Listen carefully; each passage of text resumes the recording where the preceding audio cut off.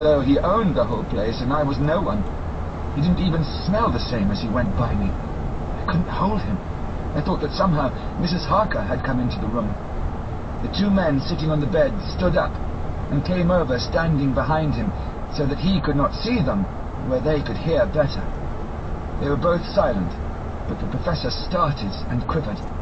His face, however, grew grimmer and sterner still. Renfield went on without noticing.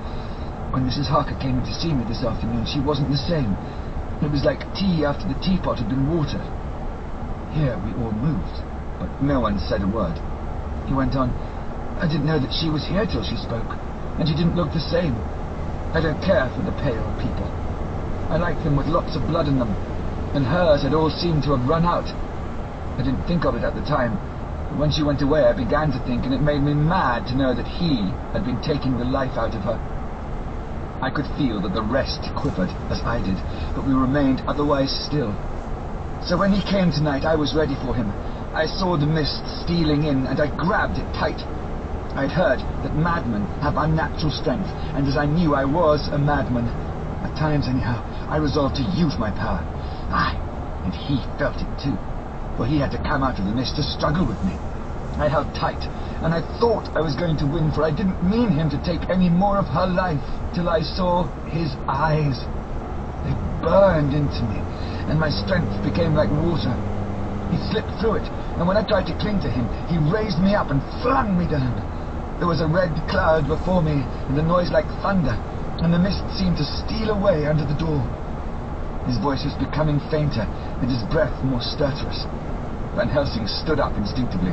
We know the worst now, he said. He is here, and we know his purpose. It may not be too late. Let us be armed, the same as we were the other night, but lose no time. There is not an instant to spare.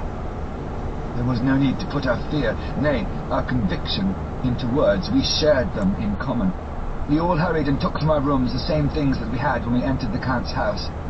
The professor had his ready, and as we met in the corridor, he pointed to them significantly as he said, They never leave me, and they shall not till this unhappy business is over. Be wise also, my friends. It is no common enemy that we deal with. Alas, alas, that the dear Madam Mina should suffer. He stopped. His voice was breaking, and I do not know if rage or terror predominated in my own heart. Outside the Harkers' door we paused. Art and Quincy held back, and the latter said, Should we disturb her? We must, said Van Helsing grimly. If the door be locked, I shall break it in. May it not frighten her terribly. It is unusual to break into a lady's room.